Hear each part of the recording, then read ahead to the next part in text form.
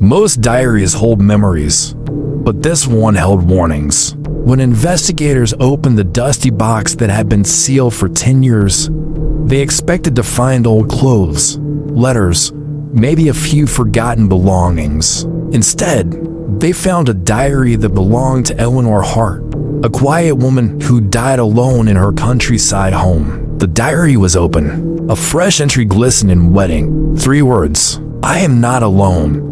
The house had been locked since her death. The ink was still drying, and the writing was hers. Experts confirmed it. Family members denied writing anything. The police checked for fingerprints. Nothing. So how did a dead woman write in her diary 10 years after her death? That was only the beginning, because the next morning, under sealed surveillance, a second sentence appeared, and that sentence changed everything. Eleanor Hart was not the type to attract mystery.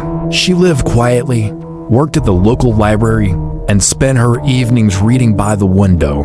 But neighbors said something changed in her final year. She stopped answering the door, stopped attending church, and every night they heard her talking to someone, though no one else lived with her. One neighbor, Mrs. Grant, recalls seeing Eleanor staring at her own reflection in the dark window, whispering something she couldn't understand. 2 weeks before she died, Eleanor went to the police. She said someone was entering her house at night, not through doors, not through windows, but through the spaces in between. Police dismissed her claims as stress or insomnia. Her last known action was buying a new lock for her attic, but she never lived long enough to install it. When Eleanor died, her belongings were boxed up by officials. One box was sealed and placed in storage. A decade passed. Nothing was touched. Then her niece, Harper, inherited the property and began cleaning the house.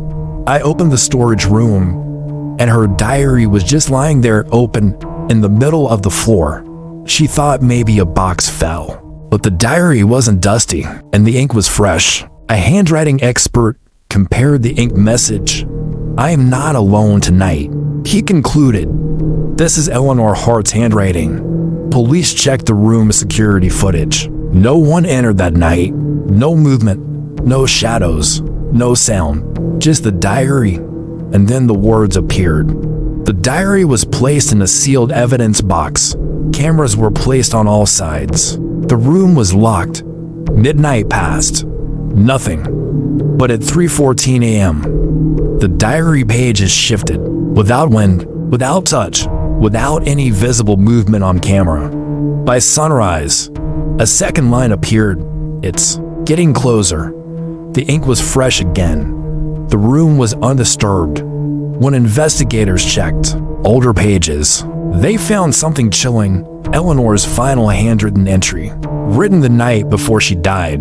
"If this diary speaks again, don't let the house stay empty." It was almost as if she knew. The diary was moved to an archive facility, locked behind glass, motion sensors on all sides. For weeks, nothing happened. But last month, staff discovered a new sentence on the final page. "This is the last warning," and beneath it, a faint outline of a handprint pressed into the paper. Not ink, not dust. Pressure. Eleanor's diary did not predict her death. It didn't record her memories. It recorded her fear. Today, the diary is still writing, still adding warnings, still acting like it's alive. Some believe Eleanor was trying to communicate with someone in the future. Others think the diary is tied to whatever frightened her. Whatever she believed entered her home through the spaces in between. But if the diary is still writing, then whatever she feared might still be here. So, what really happened to Eleanor Hart that night? And what is the diary trying to warn us about now?